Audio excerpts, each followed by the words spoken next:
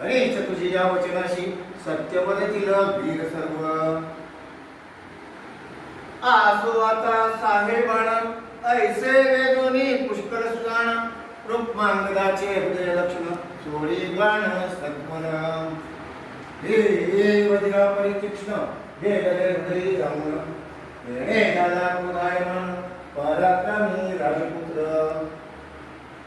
मग प्रकर दशबाणाशी सोडिता झाला परेशी. हे पुष्कळाचे हृदयाशी वज्रासम लागले. तेणे कोपला तो वीर सोडी मागण अनिवार. वारण लागी सत्वर रुक्मांगद बाण सोडी. तेणे ते पारिता तोडून पुष्कळ सोडी भुजे मार्गण. ऐसे दोघे वीर समान दिसती हे जाणपय. एक दिशे तारकासुर दुसरा दिशे कुमार.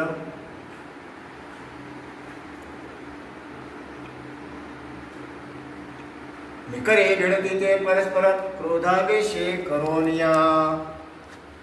तव पुष्कळे काय केले दशबाण तीक्ष्ण सोडिले.